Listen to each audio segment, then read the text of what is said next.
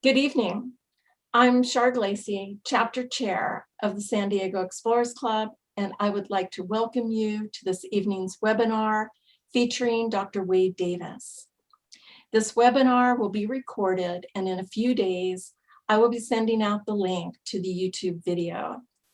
The chat feature has been disabled, but I truly encourage you to ask any questions that you might have by using the Q&A feature.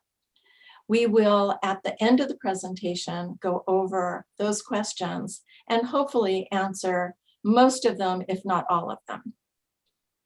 I would like to introduce Explorers Club Fellow and medalist David Dolan, our Vice Chair of Programs, to introduce Wade. Hello, everybody. It's not too often you can introduce somebody who literally does not need an introduction. But for many of us, Wade Davis does not need an introduction because many of us have, if not read his books or heard his lectures, many of us have met him in person and numerous times. Wade has been a frequent attender of the Explorers Club annual dinner and other events, including he was the keynoter at the 2014 Lowell Thomas Awards dinner at the Bowers Museum. And many of us remember the night before at the special dinner for VIPs and the board. He gave one of the most exceptional lectures any of us have ever heard. And unfortunately, it wasn't taped. It just was a kairos moment, if you know Greek. It was that special time. But I think tonight will be a kairos moment for us as well. Wade, as many of you know, has been a explorer in resident at National Geographic for many years, and now he's currently the professor of anthropology up in University of British Columbia. He has a BC, British Columbia Leadership Chair in Cultures and Ecosystems at Risk at that university. He's author of more than 20 books, and these include everything from One River to Wayfinders into the Silence. And the book that we'd like to hear, especially tonight, is his new book, Magdalena, River of Dreams, A Story of Colombia, a book that I have thoroughly enjoyed. In fact, I enjoyed it so much, I got the audiobook because Wade narrates it. And this book is very special to me because some of my early experiences in exploration and humanitarian work was in Colombia as an 18-year-old and 19-year-old. And so his story resonates with me. But many of you also know that Wade has degrees in anthropology, biology, has his PhD in ethnobotany from Harvard. And he has spoken numerous times over 30 years. I asked him before we began, is this his 534th Zoom lecture? Not quite yet, but I was sent his schedule. And he is busier than the Energy Bunny in terms of speaking, writing. He wrote an article in the Rolling Stone recently called The Unraveling of America. And this trended 1 or 2 in rollingstone.com for 5 weeks, attracting 50 million reactions. That is incredible for one story. He also wrote a recent issue in the Scientific American called Why Anthropology Matters. And frankly, it's because of Wade Davis. My son is thinking about changing his major in college to be anthropology. I was an anthropology major, and it's such a fascinating field. And tonight we will really be treated to a presentation by one of the premier anthropologists of the world. Wade is very special to Nancy, Nina, and myself because our first date was to go to Wade Davis lecture. So there's that special connection. But more than anything, Wade's a friend. And tonight, if you haven't met him before, by the end of the evening, he'll be your friend too. There was a advertising program that was carried out several years ago by a particular beer company. have featured somebody called the most interesting man in the world. Well, there's an actor, and the guy actually was an interesting individual. But tonight, we are truly going to be presented with what I could consider the most interesting man in the world. Dr. Wade Davis, please share with us your latest adventures, your explorations, and tell us about your latest book, Magdalena, River of Dreams. Well, thank you so much, David. You're always too kind to me. And thanks, Char, also for your work in bringing this evening together, and all the members of the club, of course. You know, that Rolling Stone piece was a very big surprise. I had been asked to write about COVID from many magazines, and I didn't really think I had much new to say until one day when I came back from a kayak paddle around our little island here. I just had a flash that COVID really wasn't a story of healthcare or morbidity or mortality. It was really a story of culture. And I looked at what COVID was telling us about the American culture, and I wrote it in a couple of days, sent it on spec to Jan Wenner, an old friend of mine at Rolling Stone. We edited it, put it up online. I had no expectation, and it didn't just go viral, David. It actually had not 50 million, but 360 million social media impressions. 5 million people read it on the site. Visitations to my Wikipedia site soared from a very modest 150 a day to over 4,000 a day. It just kind of hit a nerve. And I think it said something about the anthropological lens. You know, it's a different perspective. You know, Johannes Wilbert, one of the great anthropologists of the Americas, long the head of Latin American studies at UCLA, always said that anthropology allowed him to look beneath the surface of things. And I think that's also the theme I was trying to kind of get at in the Scientific American piece you referenced. So anyway, thanks to everybody for having me with you tonight. And I am going to speak about this new book, Magdalena, River of Dreams, which is really, in a sense, a biography of Colombia. Better that it's really a love letter to Colombia, as the well-known Colombian writer Hector Abad remarked about the book.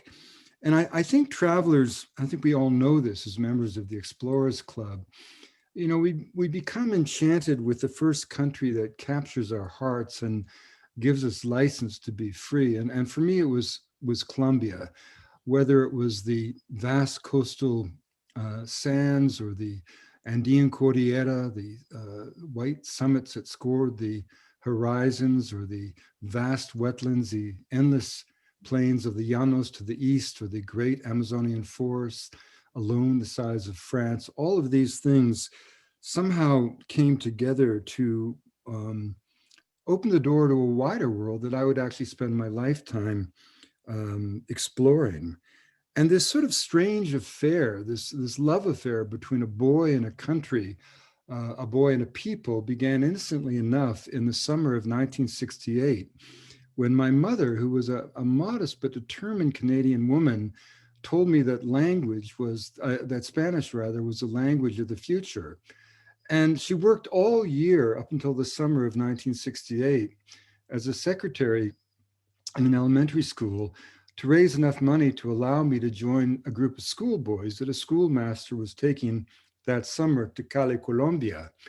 And I, at 14, was the youngest of the group and the most fortunate, because whereas the older lads who were 16 and 17 spent a sweltering season in the streets of Cali, by chance I was billeted with a more modest family in the mountains above the city at the edge of trails that reached west to the Pacific.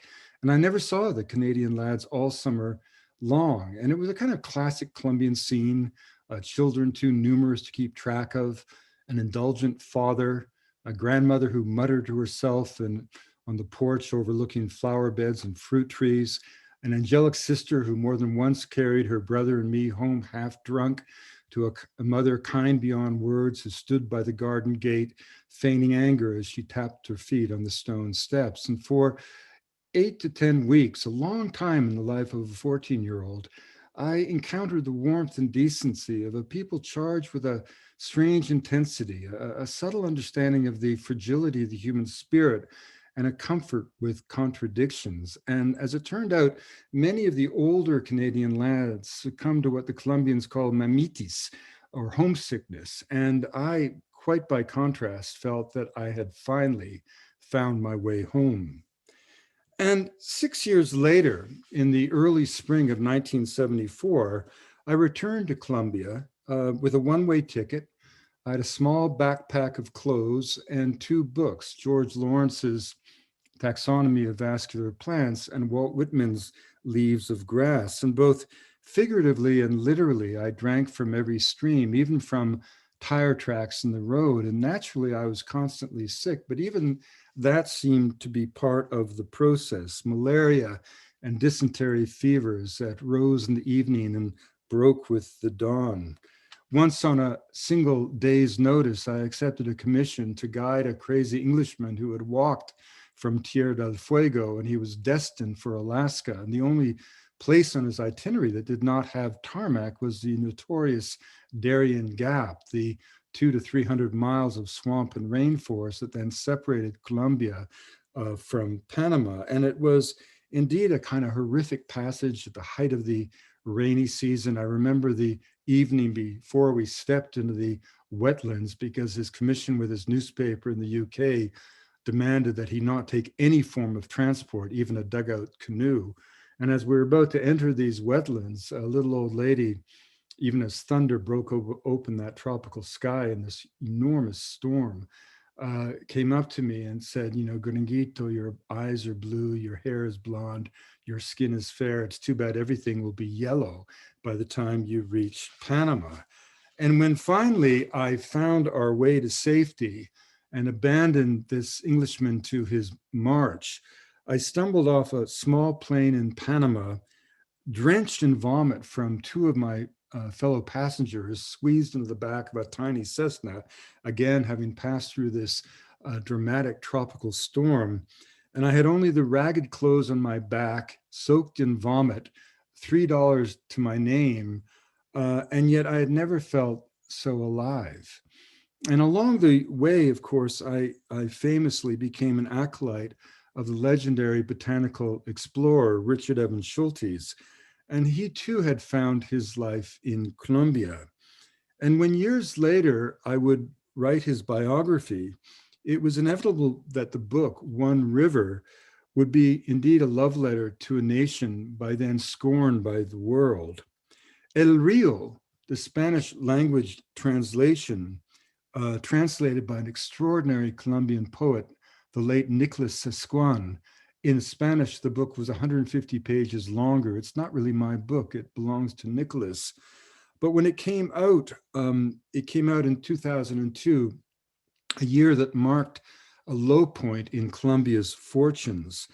And at a time when the country's very capacity to endure was being called into question, the publication of a book on botanical exploration with a print run of just 500 copies hardly warranted attention. But as I say, the great strength of the book was the power of Nicholas's translation, which transformed it into something altogether new, and yet remaining at the same time utterly loyal to the original narrative.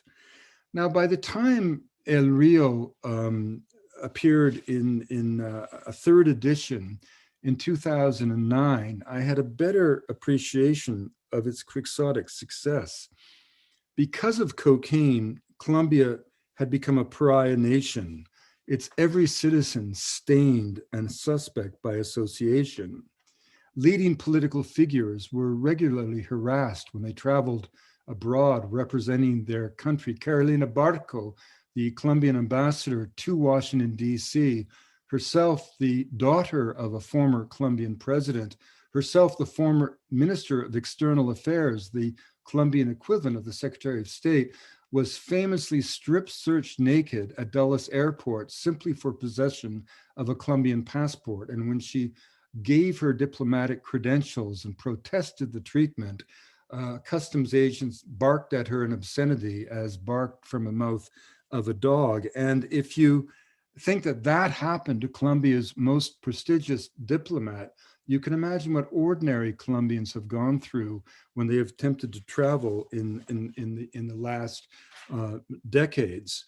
And the irony, of course, is that Colombians, most of whom have never used, let alone seen cocaine, have lived with the consequences of the trade for generations. By 2012, nearly 5 million Colombians, through coercion or volition, had fled their country.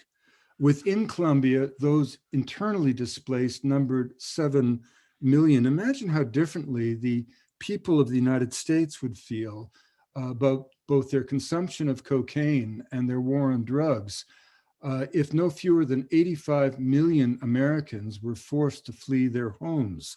Well, that is in fact what happened to the Colombians. And the book El Rio resonated with Colombians in part because it exposed such cruel hypocrisies, even as it presented a portrait of a land and a people in utter defiance of the dark cliches. To be sure, over the 50 years of the conflict since the assassination of Jorge Gaitan in Bogota in 1948, the country has been convulsed by a three-way civil war, a brutal conflict that left at least 220,000, maybe as many as 260,000 dead. The missing number close to 100,000. Every single family has suffered. Yet incredibly, in a nation of 50 million people, the total number of combatants on all three sides, the leftist guerrillas, the ELN, the FARC, the M19, and the Paracos, the paramilitary militias on the far right, who are responsible for 80% of the bloodshed. And of course, the military itself. Add all those combatants together, and you would never get more than 250 to perhaps 300,000 combatants in a nation of 50 million people.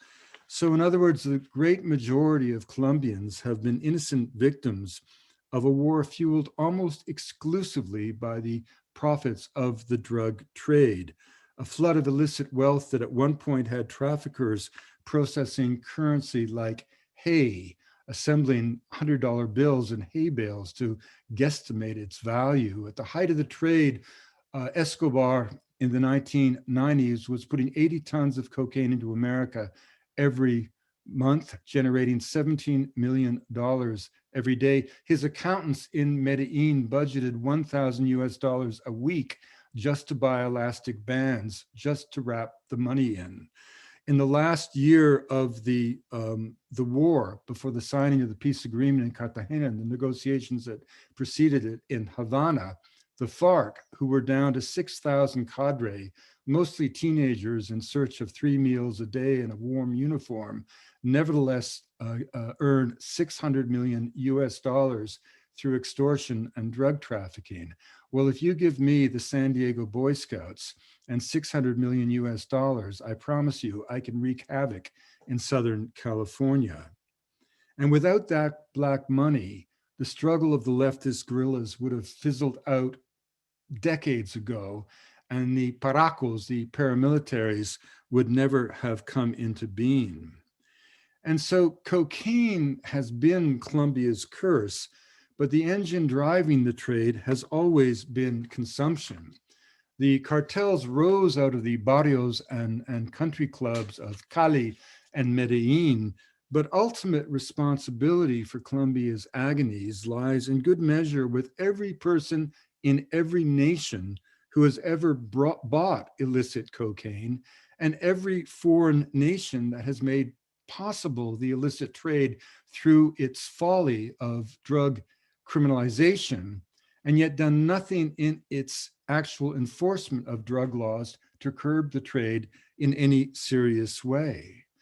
And the ultimate irony in all of this is that the source of this horrific drug, and indeed, there are no such thing as good and bad drugs. There are only good and bad ways of using drugs. Abstinence can be a good way of using a drug.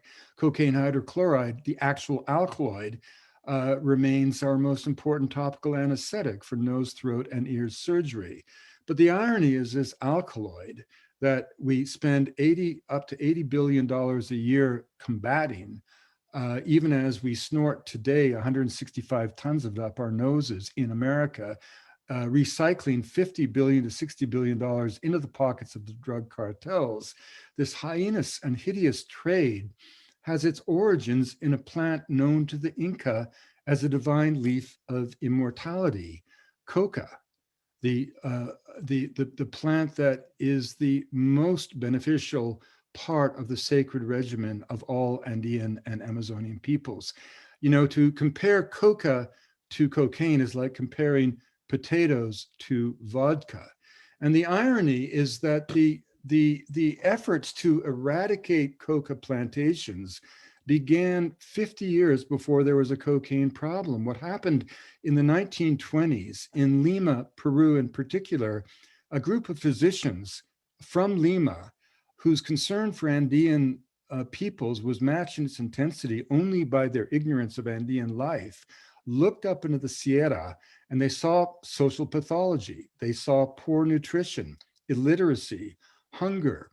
And because issues of economic justice, land distribution, the inequities of wealth in the country at the time came too close to challenging the foundations of their own comfortable lives in Lima, they settled on coca as the demon source of all dementia. And indeed, there was a series of UN-sponsored commissions that investigated the so-called coca problem in Peru, and these commissions would famously arrive at the Lima airport and announce in press conferences before the beginning of their investigations that the goal of the UN was to eradicate the plant everywhere it grew. Amazingly, in all of those years, even though millions of Andean peoples use the plant every day, and it had been used, evidence in the archaeological record literally dates back 8,000 years. In all of those years, the physicians in Lima never did a nutritional study of the plant to find out what it actually had in it. And when at the Botanical Museum at Harvard, we finally did that in 1975, as part of a USDA grant, what we found horrified our backers at the US government. Yes, coca had a small amount of the alkaloid in it, roughly analogous to the amount of caffeine in a coffee bean. Nobody noticed the irony that at every drug abuse conference, the DEA agents bolted for the coffee pot at 10 o'clock in the morning. But this small amount of the alkaloid was absorbed benignly through the mucous membrane of the mouth to serve as a mild stimulant in a harsh environment, much more benign than coffee or tea or even chocolate. But in addition to this small amount of the alkaloid, the plant turned out to be full of vitamins. Indeed, in taking their daily consumption of coca, the elder brothers of the Arahuacos, the Cogi and the Wiwa in the Sierra Nevada de Santa Marta in Colombia take the equivalent of the FDA's recommended daily allotment of vitamins for the average adult man. On top of vitamins, the plant had more calcium than any plant ever studied by science, which made it perfect for a traditional diet throughout the Andes that lacked a dairy product. Additionally, it had enzymes in it which enhanced the body's ability to digest carbohydrate at high elevation, which made it perfect for the potato diet of the Andes. So in one elegant assay that could have been done at any time, Tim Plowman and Andy Weil showed that this was a plant that had been used with no evidence of toxicity, let alone addiction, for over 4,000 years, if not 8,000 years in pre-Columbian civilization.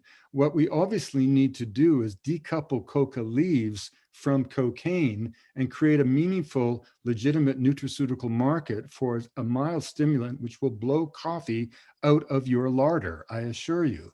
And of course, we need to do this in part because crop substitution is a joke.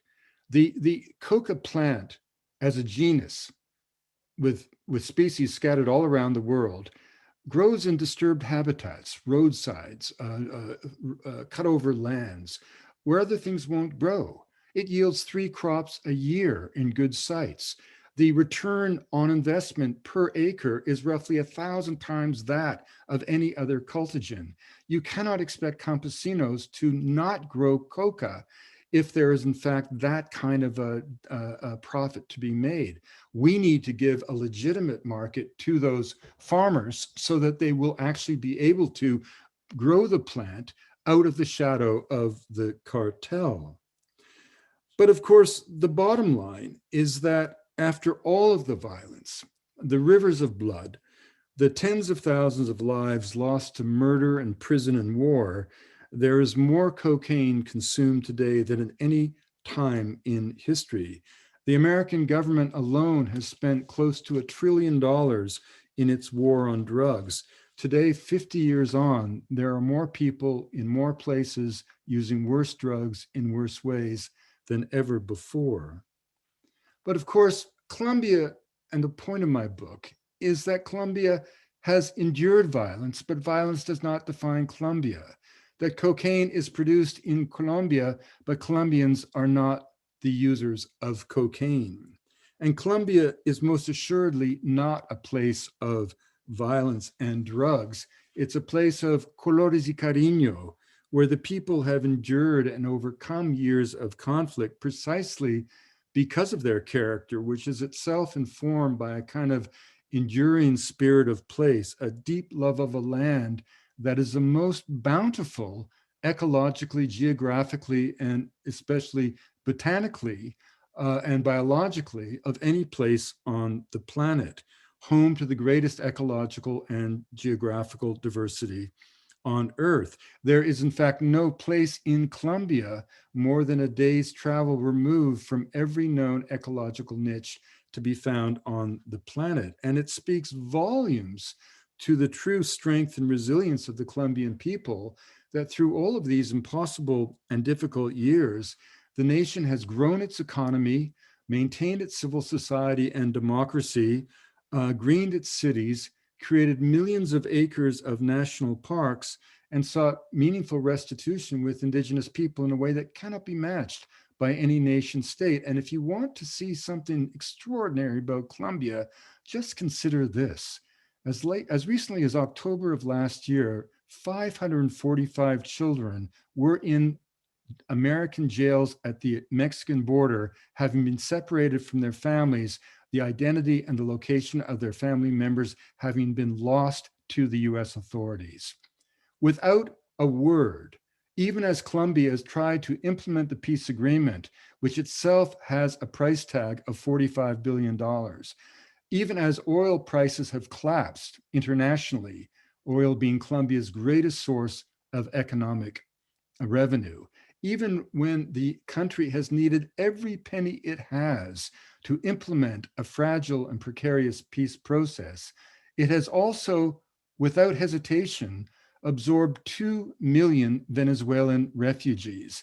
And not only did it immediately house, feed, school, and treat them medically, as recently as 2 weeks ago, President Duque announced that all those refugees would be given immediate status to be able to work and become part of Colombian society. No nation state in the history of refugees has ever demonstrated such magnanimity and generosity in its own time of peril. And that should tell us all something about the essence of the Colombian spirit. Now, of course, Colombians today long for peace. Those of a certain age look back to a time when the country made sense, before the rivers were awash in the dead. And those born into the cauldron of war yearn simply for a chance to live in a land without fear, where violence no longer clouds the destiny of the young. And Memories and Longing, I suspect, drew many readers to the narrative of that first book, El Rio, or One River, which in part recounts my experiences in the 1970s, free to travel wherever my feet took me, from Chocó to the Putumayo, Cauca to Magdalena, Nariño to the far horizons of the Llanos. And mercifully, the promise of peace has come to Colombia, and sooner than many people thought possible short years ago. And for the nation to heal, Colombians will, of course, have to find their way to forgiveness. Peace will be hard, war is easy, but it brings with it limitless possibilities. And today, 2 generations of young people forced to flee the conflict are returning to the nation from capital cities all around the world with skill sets in every conceivable endeavor, setting the way for an economic and cultural renaissance unlike anything seen in Latin America. And within the country, 20 million people are on the move, seeking new lives, enjoying the freedom of the open road, almost as pilgrims of peace. And as Colombia has awoken to the possibilities of a new era, it's discovered the greatest dividend of peace. And that is the fact that because of the conflict, for 50 years, vast areas of the country have been off limits for industrial development. And so whereas neighboring countries like Ecuador made decisions in the 1970s about oil development and colonization and deforestation that have ravaged the Amazonian reaches of the Oriente and Ecuador, the Colombian Amazon, by contrast, though now under threat, remains utterly roadless, and it's an expanse of forest the size of France. And so as Colombians chart their way forward, everything hangs in the balance. And not long ago, when I was in the small village of the Arahuacos on the banks of the Don Diego River, I was with this old friend of mine, one of the sun priests of the Arahuacos, direct descendants of the priests of the ancient Tairona civilization, who in a bloodstained continent still are the main source of leadership for the indigenous people of the Sierra. The training for the priesthood includes, incidentally, 18 years, 2 9-year periods in a shadowy darkness as the religious ideas of the people are slowly absorbed by the acolyte, and the world only exists as an abstraction as the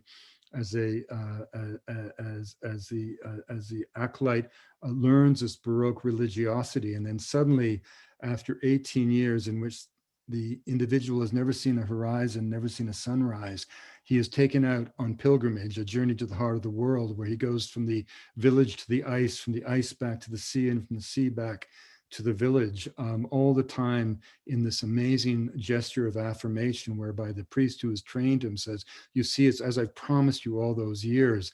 It's that beautiful. The Arahuacos, literally believe that their prayers and rituals maintain the cosmic balance of the world. And as I was with Mamo Camillo, he said something very profound. He says, paz no vale nada si es solamente una manera en que los varios lados del conflicto pueden unificarse para mantener una guerra contra la naturaleza. Lo que tenemos que hacer, tenemos que crear paz con todo el mundo. And what you're saying is peace won't matter if it's just an excuse for the 3 sides to come together to maintain a war against nature. It's time for us to make peace with the entire world. And as we left that village, he mentioned to me that President Juan Manuel Santos was about to visit their main community of Namasimake for the first time high up in the Sierra. And Mamo Camillo asked me if I would be there to help welcome the president. And I promised to try, knowing full well that the only way to get there logistically was to join the president on the presidential jet and helicopters. So I made some phone calls, and before I knew it, I had a call back from the Palacio Nariño, invited me very warmly to join President Santos. And as we flew from Bogota to Valledupar, all his aides were peppering him with statistics. And I quietly raised my hand and I said, President Santos, you have to understand that for the Mamos statistics, datos no vale nada. It's what's in your heart that's important. And then I told him what Mamo Camillo had said about peace with the natural world. And President Santos, in his wisdom, he's such a fantastic man, made that the theme of the speech that he broadcast to the nation and tweeted out to the world from Namasimake later that day. Well, in a short story by Jorge Luis Borges, a European woman asks a professor from Bogota what it means to be Colombian, and the man hesitates before saying, I don't know, it's an act of faith. And Colombia is like that. Nothing is as it appears. Magical realism, celebrated as Colombia's great gift to Latin American literature is within the country simply journalism. Gabriel Garcia Marquez was a journalist, an observer, a practicing journalist all his life.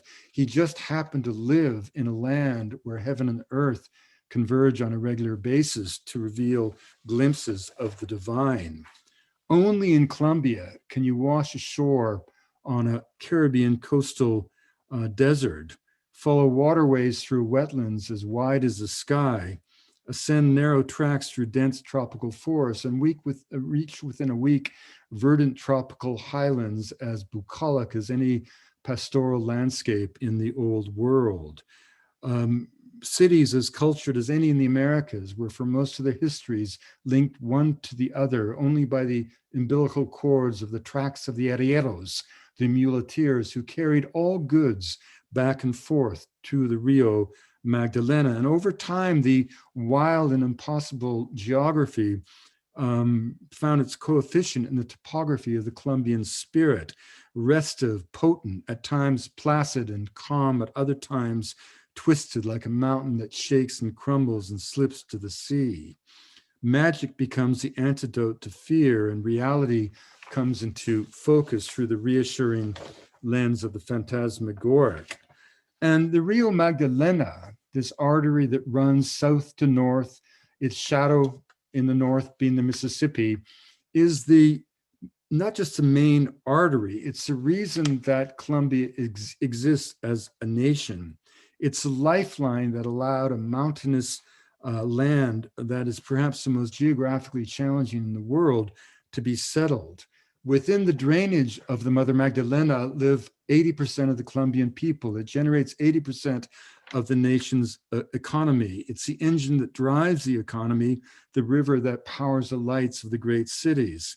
And like the Mississippi, it's both a corridor of commerce and a fountain of culture, the repository of Colombian music, literature, poetry, and prayer. And like the very history of the country, in dark times, it has indeed served as the graveyard of the nation, a kind of slurry of the shapeless dead. And yet it always returns as a river of life. And through all the years of violence, the river never abandoned the people. The Magdalena always flowed. And that's why this book suggests, as people told me up and down the Cuenca in the 5 years that I explored the valley, it's finally time for Colombians to give back to the river, allowing the Magdalena to be cleansed of all that soiled its water. Colombia as a nation is a gift to the river. The Magdalena is a story of Colombia, and that story is now one of regeneration and hope. And so the way I did this book was sort of sociology as serendipity. I would turn up in every hamlet and simply wait until I found someone who had something to say that the world needed to hear, which, as Hemingway said, was the essence of good storytelling. At the very mouth of the river, for example, in these shacks of plywood grayed by the sun, fishermen live on a jetty that sweeps out for miles in the Caribbean. They fish only by night, taking advantage of a constant north wind that carries their kites made of plastic refuge and sticks and a line of hooks up into the sky and deep into the ocean. As if in conscious denial of despair, they decorate their houses with poetry. Here one lives peace, love, and tranquility. And the river mouth is also the domain of the mamos. And periodically, as Mama Camille told me, they make ritual payments at the river mouth, recognizing that all things are connected. And they actually maintain, and they're actually quite true in terms of hydrology, that there is no distinction whatsoever between the blood that flows through a person's veins and the river, the water that flows through a river. And eventually it's true. If we were to reduce ourselves, as we do in death, 90% of our body is fluid that flows as effortlessly to the sea as the waters of a great river. But I also learned from the mamos that traditionally, the sun priests would actually make pilgrimages 1,500 kilometers to the very source of the river, making ritual payments all the way, judging the local communities by the way they treated the river. They had this very profound idea that the measure of the awareness and consciousness of a people was directly reflected in the way they treated the river itself. And so I began this journey at the mouth and then went to the source in the rugged Macizo Colombiano, this knot of mountains where the Andes sort of compress as they reach the Colombian spirit. And then out of the Macizo flows the three great cordilleras, the Cordillera Oriental, which eventually separates the Amazon and the Llanos and Venezuela from Colombia, the Cordillera Central that storms up the center of the country before falling away in the wetlands of the Caribbean coastal plain, and of course the Cordillera Occidental, which separates the ancient forests of the Pacific from the main hinterland of Colombia. And of course, the Macizo is also the source of many rivers, not just the Magdalena, but its main affluent, the Cauca, also the Patia, the Putumayo, the Caquetá, the great rivers of the Amazon. But the extraordinary thing is that as you cross the Macizo on these Incaic roads that fall away like mercury into the rainforest, you can actually reach down at a point and touch the geographical origins of a great land. If you're on one side of the brook that is Magdalena as it leaves the Paramos, you are in fact in the flanks of the emerging Cordillera Oriental. And if you're on the other side of the river, you're on the flanks of the Cordillera Central. And of course, this extraordinary botanical abundance, this is one of the things that Colombia has always managed to do is produce out of nothing figures of historic greatness. Garcia Marquez being a perfect example in the realm of literature, or Caldas in the realm of botany, or my own friend, William Vargas, a botanist of such sophistication that he is one of the few who can change botanical history just by holding a blossom to the light. He was born in a village called La Jagua, a village of witches, as it's called, a family of fishermen too poor even to own shoes. And yet through education, he emerged to the greatest heights of Colombian science. And as I traveled with him on a daily basis, we were encountering new species. And one day on a humble roadside, I watched as he leapt out of our Jeep to find a very conspicuous aroid and anthurium, one of the genera of our most common houseplants, which turned out to be a new species. And I didn't know what was more incredible, the precision of his taxonomic eye, or the existence of a country where right on the middle of a roadside, you could find a flamboyant plant of that kind of charisma that would be new to science. For those of you who aren't botanists, you must understand that for a botanist to find a new species in any part of the United States would virtually require at this point an act of God. In Colombia, William finds new species in every outing. He's an authority on the Paramos, these unique alpine formations that seem like a Scottish moorland grafted onto the back of the Andes. They get their name from these type plants, the Espelitias or Frejelón, named after the friar, because in the mist, these extraordinary daisies appear like a wandering monk enveloped in his habit. And along the way, these extraordinary people, like this woman I met, Adelpha, in a small mountain town in Huila, one of those Colombian mountain towns that drag you out of your bunk in the middle of the night simply for the joy of watching the sun break in the morning over the promise of a new day. And she told me this extraordinary story. She said that Murillo had always known death. And ever since the assassination of Gaitin, who was the great voice of the poor in 1948, she said that God abandoned Murillo. But then she told me of the night when God came back. It was a November night in 1985. Murillo lies right in the flank of Navarro de Ruiz, a volcanic massif that has been dormant for years, but has been active for 2 million years. And it erupted that night. All communication failed. A thunderstorm came up the valley. Ash fell like black snow in the plaza. The villagers had only moments to escape into the plaza where the priests prayed, where women wailed, where the power went out, where darkness fell. And there was Adelpha standing like a rock as the women around her read the faces of their children in the darkness like Braille to see who was still there. And she stood like a sentinel and watched as 35 million tons of rock and ice came down to the village and miraculously was ricocheted off an adjacent ridge such that not one single soul suffered that night in Murillo. And that's the night Adelpha said that God came home to my village. But all not villages were not lucky that night. Down below the valley, on the shores of the Magdalena, the town of Armero, 35,000 strong, prosperous and rich, was swept away. 25,000 were dead within hours in the greatest natural disaster in the history of a country where the landscape truly is alive. Diana, in a convent, when word comes that there's a war going on in her village. When I went to this town of San Diego with Diana, who hadn't been back to her family land in 15 years, I met her in a cafe in La Dorada, and she told me her story. And I said, have you been back to your place? And she said, no. And I said, would you like to go? And so we did. And one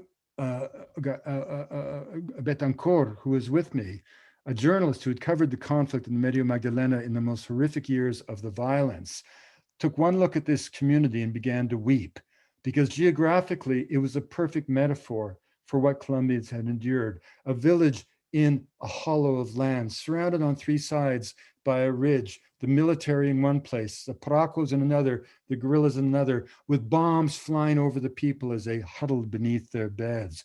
She took me to the banks of the Rio Magdalena and told me that she would pray for the souls of the dead. And one of the things that happened that caused so much violence is that the military was weak. The federal state was always traditionally isolated to some extent in Bogota and not strong. So people had to look after themselves. And because the guerrillas could strike anytime and anywhere in whatever level of force with whatever deed they intended to do, the wealthy landowners and even those who had just worked in on the Herculean task of clearing land to create a small family ranch had to protect themselves.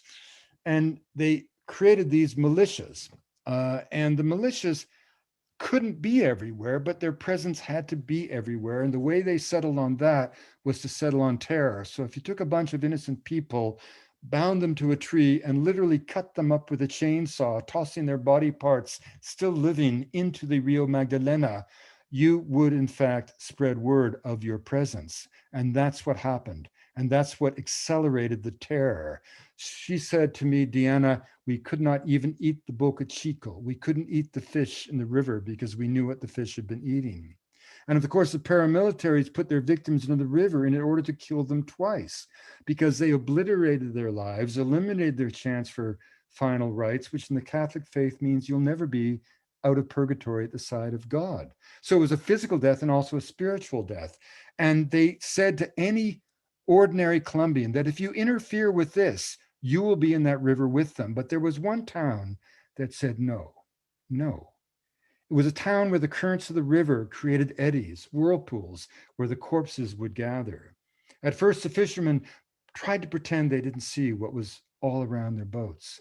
But then the women spoke. And one by one, the citizens of Puerto Barrio defied the Paracos, and they began to rescue the bits and pieces of bodies, the corpses that fell apart to the touch, the corpses that came down the river like logs with gallinazos, vultures on the backs, pecking away at the rotten flesh. They said that when you touched these bodies, the scent would linger for weeks. They not only took these bodies out of the water to the cemetery, they arranged for them to be baptized with the names of their own lost ones. They became known as the NANAs. And there became a dialectical relationship between the living and the dead, where the unknown people became members of the family, displacing those so cruelly taken from those lives. And it was as if the entire town stood up and said, no, We are here. And this mighty river has brought you to us, and we will not forget. And this became the symbol of redemption throughout the entire country. Here at the cemetery with the animero, this ancient figure who is not a priest nor an undertaker, but the one who deals with the spirits of the dead floating in purgatory, an ancient Spanish rite that has almost disappeared throughout the Americas, but is still found in Puerto Barrio. And here is a litany of the dead, a litany that can be found in any Colombian town. But Colombia is not just about violence, it's about poetry and music. Ethnomusicologists say that there are that people say that Colombia is a land of 1,000 rhythms. Ethnomusicologists have actually identified 1,025. And so much of my book celebrates the beauty of the language of song. People like this man, a living treasure, Maestro Villafaña, and in and around this extraordinary town of El Banco, these ancient practices of tambora, part indigenous, part African, all of it orchestrated in these extraordinary rhythms where children and parents and this becomes the expression of life in these communities. And as I spent time with Carlos Vives, who is the greatest pop star in Latin America, who is also a great ethnomusicologist and a master of cumbia, which is Colombia's great gift to the world. He said that the mother of all Colombian music, porro, salsa, merengue, tambora, is cumbia, but the mother of cumbia is the Magdalena. And this was a theme that played again and again as we moved up and down the river. And the surrealistic quality of the Colombian spirit, in a place called, a small little hamlet near a place called Sabana de Torres, I met a man that I called Morita of the Manatees. He was a poor man who somehow fell in love with these beautiful creatures. He became the avatar of the manatees. He would feed them in times of drought. He loved them. He introduced children to them. And Morita had a kind of personal power about him because of his love of these animals.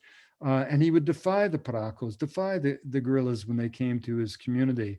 And one day he told me, he often worked with school children. He said to me around this little tiny wetland that he and the kids had found 75 species of butterflies. And I said, Carajo, hombre, that's a third of all we have in all of Canada. We're a big country.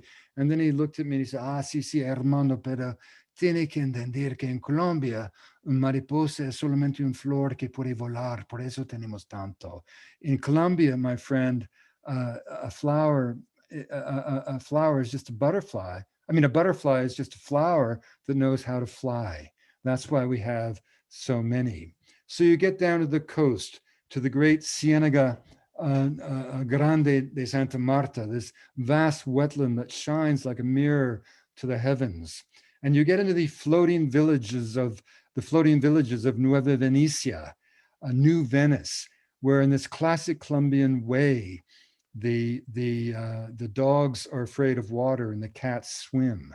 In 2003, the Paracos came through here and slaughtered in the dawn 39 men for no reason. But the village has come back. The children have been born since the violence. And a scholar I know who spent time here asked a fisherman what the government could do if it gave retribution for their suffering. And the man initially said, well, we need better houses. And then as my friend took some notes, he said, no, we need a healthy ciénaga. My friend took some more notes, and then the man demurred a third time, said, no, what's the point of a healthy ciénaga if we don't have the streams that come into the healthy site? And then my friend wrote down, and finally this fisherman said, mierda, no. What we need, fuck all that. What we need is a healthy Magdalena. If we don't have a healthy Magdalena, we won't have anything. Colombia is a Magdalena. If we want to clean our soul, we clean the Magdalena. And if you want to know what the river represents, a very close friend of mine, Herman Ferro, runs the one museum in the old colonial town of Honda dedicated exclusively to the Rio Magdalena. And he I interviewed him, and this is a direct quote from him. I'll never forget the moment when I first heard that the peace agreement had been signed in Havana. By chance, I was at the very confluence of the Rio Cauca and the Magdalena. I was completely overwhelmed by what I can only call geographical emotion, a sense of space, as if the spirits were emerging from the earth. I stripped off my clothes and placed my head in the river. As I stood in the sun, the water dripping down my naked body, I began to weep. Rivers of tears flowed as I realized that my son could grow up in a country at peace. A river that has known every tragedy, that has carried the dead and all the misery of the nation, that has suffered along with all Colombians, a river that I love so much. And there we were by its water as peace came over the land. Well, you know, this is my good friend, Sandra Uribe, who of course personifies one element of the Colombian society. You know, everybody who is in my book, every character had to fight to be there. I met hundreds of people, and I wanted each character to have something to say that the world needed to hear. Sandra at 15 realized one day in Medellin, even as her house was blown up by Escobar, that she could not distinguish the sound of bombs from thunder. So her family sent her to live with a grandmother in Miami, where she was immediately made fun of for being from the city of Escobar by American high school students whose main social activity was a pursuit of drugs, with Colombian cocaine being their drug of choice. Sandra, a scion of the Colombian elite, had never used, let alone seen, cocaine in her life.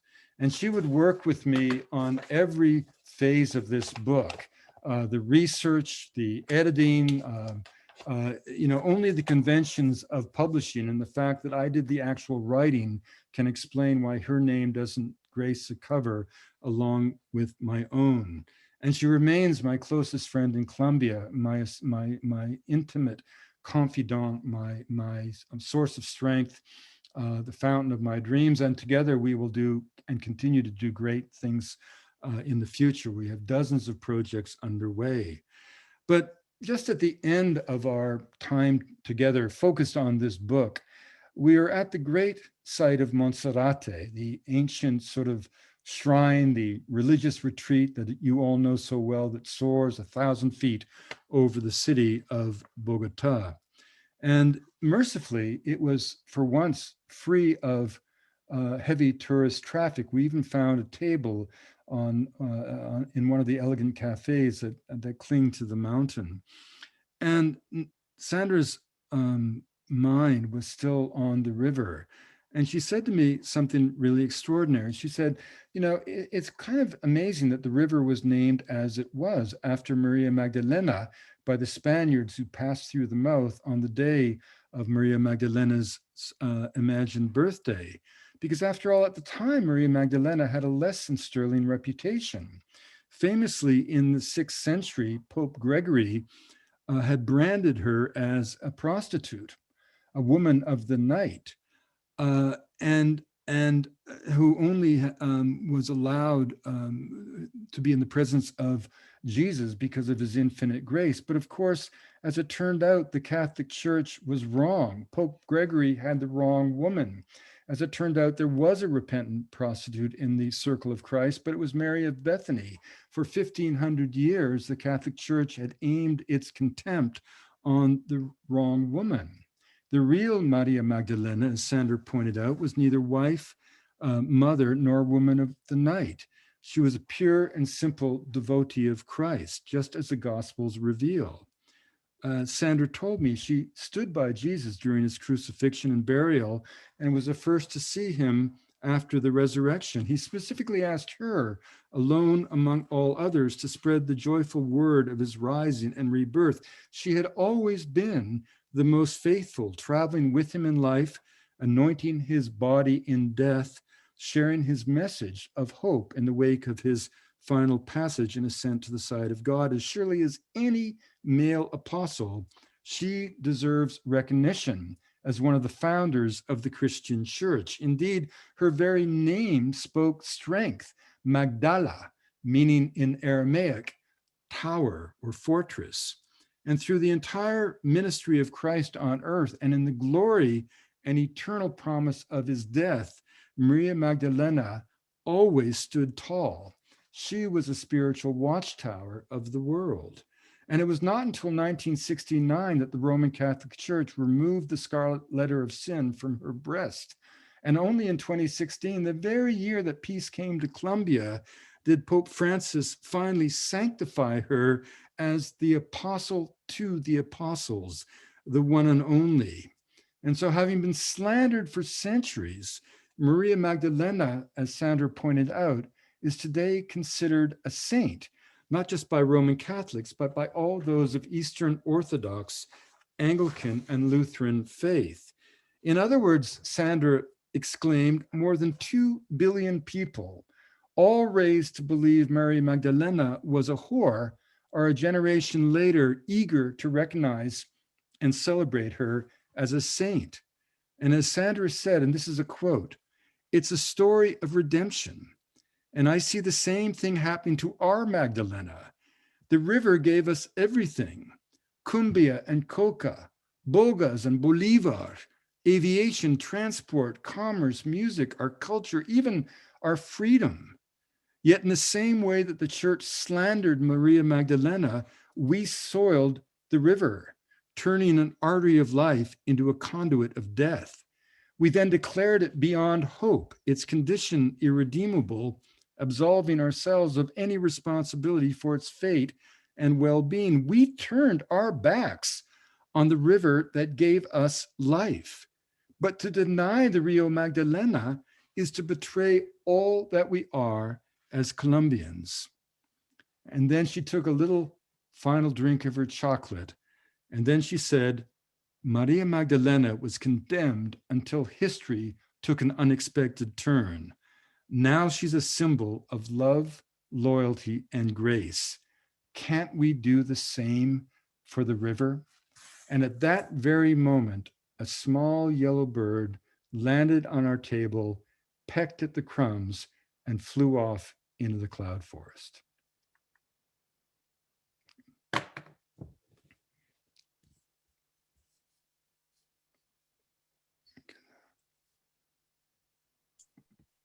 That was astounding. And you took me back to 1974, my first visit to Colombia.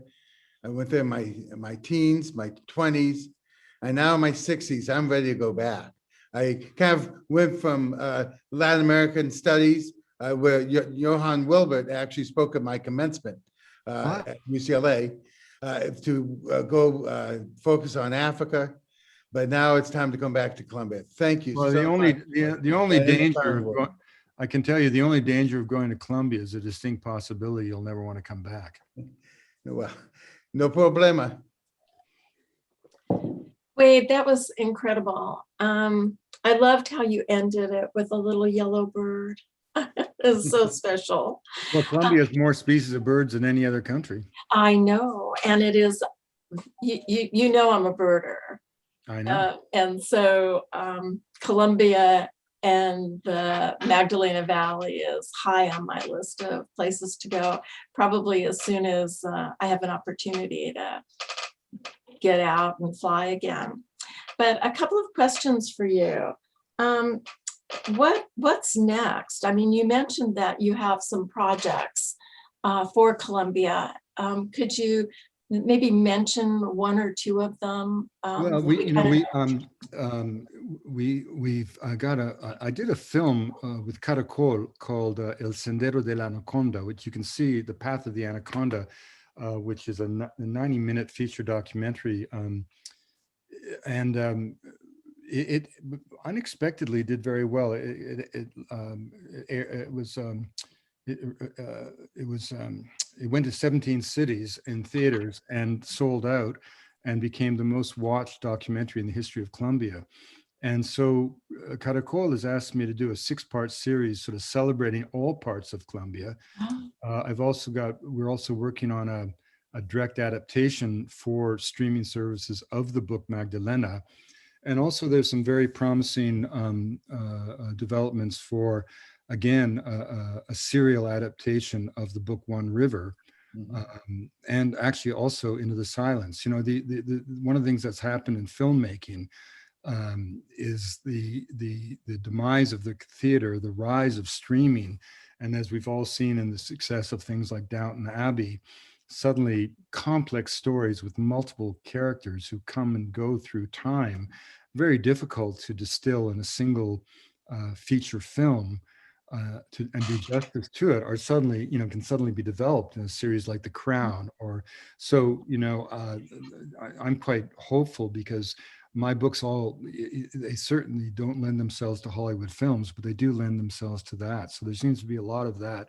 Of course, one never knows what actually is going to, get done. That's just the nature of the business. But I'm also looking at new books. One of the things Sandra does that's really intriguing is she kind of fell in love with beans in a metaphysical sense. And few people realize that beans are our only major cultigen that were actually originally domesticated, not as food, but as ornament. And so she's taken that metaphor and she uses lost wax techniques of the Zenu, the ancient pre-Columbian people, to apply a thin layer of gold to certain beans. And suddenly she's like the darling of Vogue magazine. So one little, and also Ciet, which is a great seed repository in Cali, is home to more than 37,000 varieties of beans. So we have this kind of bean mania thing going. I'm trying to just help Sandra pull that book off for herself. And then we've also, I've got a bunch of other book ideas, but certainly some people develop bucket lists and they sort of have, a desire to sort of go everywhere in the world. I've been fortunate, especially during the geographic years, to do a lot of traveling all over the place, but I've never really been drawn to that. I've always been drawn to the story. So, if it's where the story lies. And for me, in so many ways, the story is in Colombia, and it's kind of a full circle. The kindness that this country gave to me as a 14-year-old boy and later as a young vagabond student kind of allowed me to become the person that I am. And now, for all kinds of kind of accidental or serendipitous reasons, I have an opportunity to tell a certain truth about Colombia. And that's, I think, why President Santos, in a very generous gesture, made me an honorary Colombian citizen, which is quite unusual. Yeah. The book One River, for example, Colombia is now in 2021 will be its 200th anniversary of independence from Spain. And the National Library is selecting 200 books to represent those years. And the first 25 have already been selected, and One River was one of them. So that's quite unusual, a book written at the time by a foreigner before I became Colombian, to be selected to join that kind of list I consider that a real honor. Excellent. I've got another question for you. I'm going to just read it to you. It's from Sarah Matta. You make me proud of my training as an anthropologist 55 years ago. I've not read your article about why anthropology matters, but could you capitalize the message of that article to bring the urgency of the anthropological viewpoint to the issues facing our US and global world today? Well, it's an easy way, Char, to answer that question. If you think of the values of your great-grandfather, for us, our grandfathers, their attitudes towards the rights of women, towards homosexuality, towards the environment, towards the role of men and versus the role of women. I mean, we can go through a whole litany of things, attitudes towards race. There's not one of their certitudes that we would agree with today, and many we would find morally reprehensible. And we can say that women have gone from the kitchen to the boardroom, people of color from the woodshed to the White House, gay people from the closet to the altar. And we can say that was the result of social movements, but social movements have to have a beginning. Something has to come along to challenge orthodoxy, to present a new set of possibilities, a new set of ideas.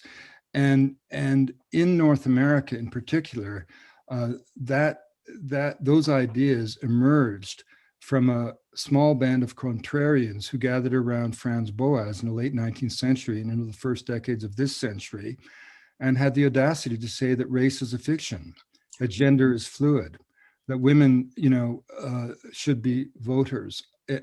Another way of looking at it, if you think it's quite normal today that your, say, granddaughter would have an Asian boyfriend, or if you think it's normal that a Jewish girl could find solace in the Buddhist Dharma, or if you think it's quite normal for two men to adopt babies and to be a good family, or two women, and that families can be of various configurations as long as there's love in the home. If you believe that every spiritual tradition has something to say, that no one has a monopoly on the route to the divine, then you are a child of anthropology, because it took this group of contrarians to come along, and we take this all for granted now, but these individuals were denied academic appointments. They were harassed for the subversives that they truly were. They suffered in employment. They were made fun of, and yet they stood firm. And in doing so, they shattered orthodoxy. I mean, the ideas that came out of the Museum of American Natural History in Colombia and the acolytes of Boas, men and women, Kroeber, Sapir, Margaret Mead, Zora Neale Hurston, Ruth Benedict, these were all activists. I mean, Ruth Benedict famously said the entire purpose of anthropology is to make the world safe for human differences. Boas said there's no point in doing anthropology if you're not contributing to a greater sense of understanding. In 1963, it was written that Boas had done more for race relations than any human being in history. What he proposed was the sociological equivalent of splitting the atom. It was a shattering of the European mind, and we all live today in the social landscape of their dreams.